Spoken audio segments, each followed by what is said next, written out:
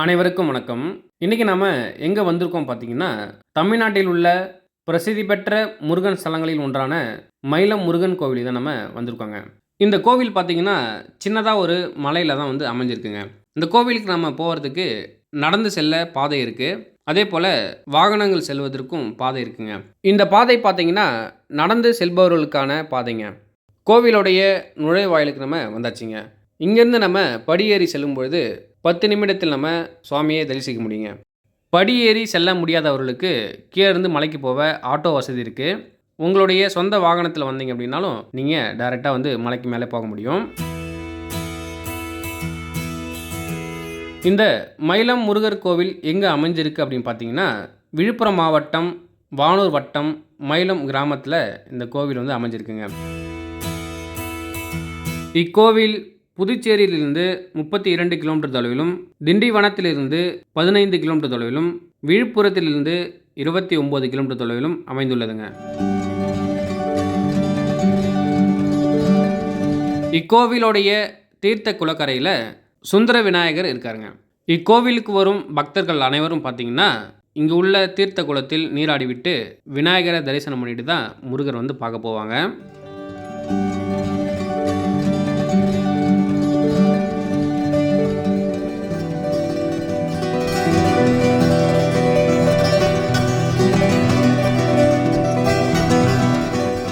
இந்த குளம் தான் பார்த்தீங்கன்னா, ஸ்ரீ பாலசித்தர் நீராடிய அக்னி தீர்த்த குளம்ங்க. இந்த பாலசித்தர் யார், இந்த மயிலம் முருகன் கோவில் எப்படி தோன்றியது போன்ற முழு வரலாறையும் நம்ம இந்த வீடியோவில் பார்க்க போகிறோம். வீடியோவை ஸ்கிப் பண்ணாமல் பாருங்கள். இது வரைக்கும் நம்ம சேனலை சப்ஸ்கிரைப் பண்ணாதவங்க சப்ஸ்கிரைப் பண்ணிவிட்டு பாருங்கள். அப்போ தான் நான் போடுற வீடியோ அனைத்தும் உங்களுக்கு நோட்டிஃபிகேஷனாக வரும்.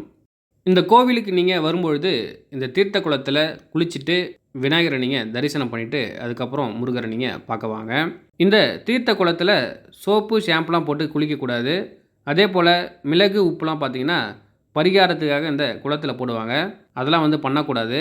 ஏன் அப்படின்னு பார்த்தீங்கன்னா, இந்த குளத்தில் நிறைய மீன்கள் வந்து இருக்குங்க. அதுக்கு பாதிப்பு ஏற்படுன்றதுக்காக இதெல்லாம் செய்யக்கூடாதுன்னு சொல்கிறாங்க. நாங்கள் வரும்பொழுது மீனுக்காக பொரி வாங்கிட்டு வந்தோம். அந்த பொரியை போட்டுட்டு நாங்களும் கொஞ்சம் நேரம் வெயிட் பண்ணி பார்த்தோம்.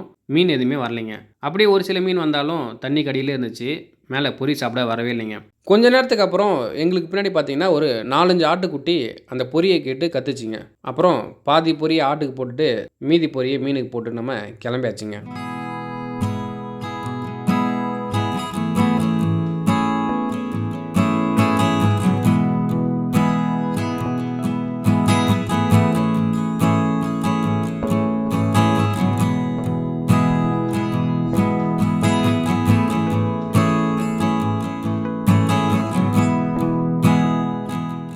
இந்த மயிலம் முருகன் கோவில் உருவாகியதற்கான வரலாற்று குறிப்பில் என்ன சொல்கிறாங்க அப்படின்னா, இப்பகுதியை ஆட்சி புரிந்த சூரபத்மன் மக்களுக்கு மிகுந்த துயரத்தையும் கொடுமைகளையும் கொடுத்து வந்துள்ளான்.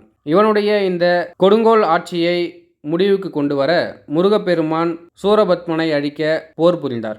போரில் தோற்றுப்போன சூரபத்மன் முருகப்பெருமானின் காலில் விழுந்து வணங்கி என்னை உங்கள் வாகனமாக ஏற்றுக்கொள்ளும்படி கண்ணீர் மல்க கேட்டிருக்கார். அதனால் முருகப்பெருமான் சூரபத்மனிடம் வராக நதியின் வடகரையில் மயில் வடிவ மலையாக மாறி கடும் தவம் புரிய சொல்லியிருக்கார். அவ்வாறே தவம் புரிந்து மயில் வடிவம் பெற்ற பிறகு என்னை உங்கள் வாகனமாக ஏற்றுக்கொண்டு இந்த மலையிலேயே இருந்து பக்தர்களுக்கு அருள் புரிய வேண்டும் என்று சூரபத்மன் வேண்டியதாக கூறப்படுதுங்க. இதற்கு முருகப்பெருமாள் என்ன சொல்லியிருக்காருன்னா, வரும் காலத்தில் ஒரு சித்தர் இங்கே வருவார், அப்போது உனது ஆசை வந்து நிறைவேறும் என்று கூறிவிட்டு அதுவரை நீ மலையாக இங்கேயே வந்து நிலை கொண்டு காத்திரு என்று கூறிவிட்டு முருகப்பெருமான் மறைந்திருக்காருங்க.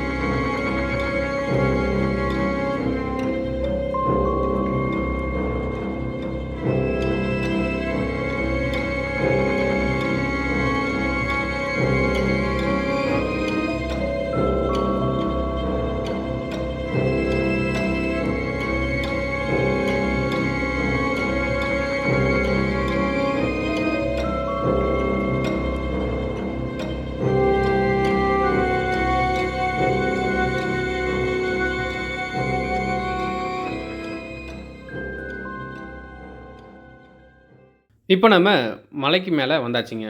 இங்கேருந்து கொஞ்சம் தூரம் படி ஏறி சுவாமிய நம்ம பார்க்க போனோம்.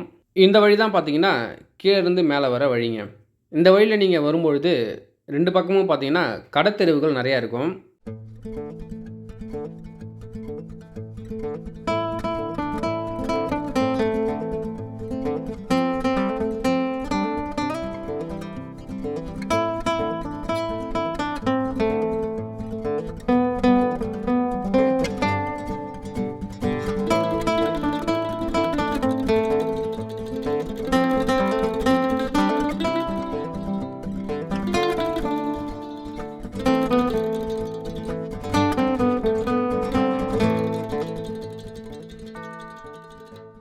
முருகருடைய ஆணைப்படி சூரபத்மன் மலையாக மாறி தவம் கொண்டு வந்திருக்காருங்க.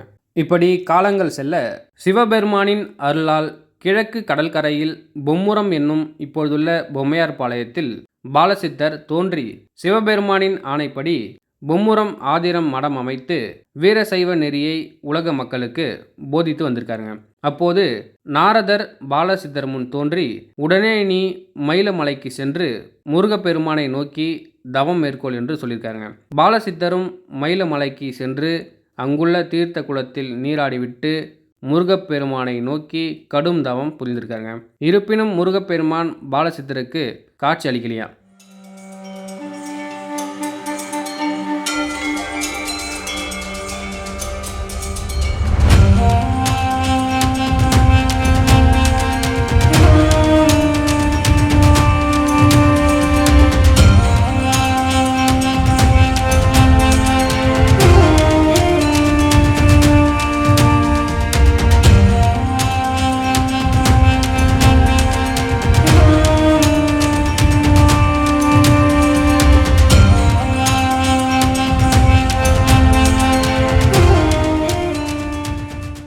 ஸ்ரீ பாலசித்தரின் தவ வலிமையை உணர்ந்த தேவியர் அவருக்கு அருள் புரியுமாறு முருகப்பெருமானிடம் கேட்டிருக்காங்க. முருகப்பெருமானோ அருள் புரியும் காலம் வரும் வரை அமைதியாக இருப்பதை அறியாமல் அவருக்கு அருள் புரிய வேண்டுமென்று வற்புறுத்தும் நீவிர் இருவரும் எம்மை விட்டு அகழ்வீராக என ஆணையிட்டிருக்காருங்க. பின் தேவியர் இருவரும் சித்த கன்னியராக வடிவம் கொண்டு பாலசித்தர் முன் தோன்றியிருக்காங்க. வந்து இருப்பது முருகப்பெருமானின் தேவியரே என ஞானத்தால் அறிந்த பாலசித்தர் அவர்களை தன் மகளாக பார்த்து கொண்டார். காலம் கனிய முருகப்பெருமான் அரசர் வடிவில் வந்து கன்னியரை அழைத்தபோது பாலசித்தர் அவரிடம் போர் புரிந்து பின்னர் வந்து இருப்பது முருகப்பெருமான் என உணர்ந்த பாலசித்தர் தேவியரை மணமுடித்து மணக்கோலத்துடன் இத்தலத்தில் எந்நாளும் எழுந்தருள வேண்டும் என்று வேண்டியிருக்காருங்க. அவ்வாறே முருகப்பெருமான் சித்த கன்னியராகிய வள்ளி தேவயானையை மணமுடித்து திருமண கோலத்துடன் காட்சி அளித்திருக்காருங்க. மேலும் சூரபத்மனை தனது மயில் வாகனமாக ஏற்றுக்கொண்டு நான் இருக்கும் இடத்தின் அருகாமையிலேயே பாலசித்தரை ஜீவசமாதி அமைக்கும்படி கூறியிருக்காருங்க. அவ்வாறே பாலசித்தர் தான் ஜீவசமாதி அடையும் காலம் வந்ததும் முருகரின் அருகாமையிலேயே ஜீவசமாதி அடைந்திருக்காருங்க.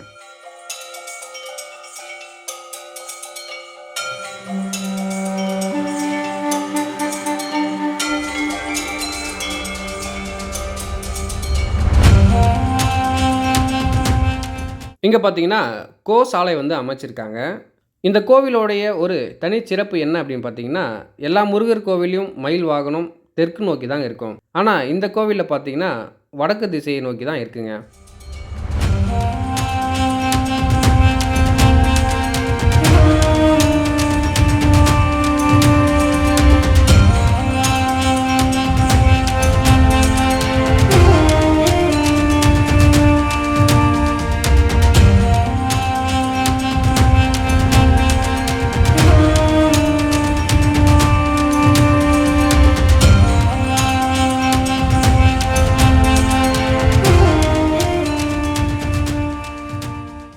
இந்த ஆலயத்தில் முருகன், வள்ளி, தேவயானை மூவரும் திருமண கோலத்துடன் காட்சி தருவதால் இத்தலத்தில் திருமணம் போன்ற சுப நிகழ்ச்சிகள் நடத்துவது மிக சிறப்பாகும். முருகருக்கு மயில் வாகனமாக கிடைத்த தலம் பார்த்திங்கன்னா இந்த மயிலம் முருகன் கோவிலுங்க. மயிலம் முருகன் கோவில் பொம்முர ஆதீன மடாதிபதியால் கட்டப்பட்ட கோவிலாகும். இன்றளவும் பொம்முரம் ஆதீனம் மடாதிபதியால் சிறப்பாக இக்கோவில் பராமரிக்கப்பட்டு வருதுங்க. அவ்வளோதான் இந்த வீடியோ. இந்த வீடியோ உங்களுக்கு பிடிச்சிருந்தால் லைக் பண்ணுங்கள், உங்கள் ஃப்ரெண்ட்ஸ் அண்ட் ஃபேமிலிக்கு ஷேர் பண்ணுங்கள். இந்த வீடியோ பற்றின உங்களுடைய கருத்துக்களை கமெண்ட் பண்ணுங்கள். நம்மளுடைய சேனலை மறக்காமல் சப்ஸ்கிரைப் பண்ணுங்கள். நன்றி, வணக்கம்.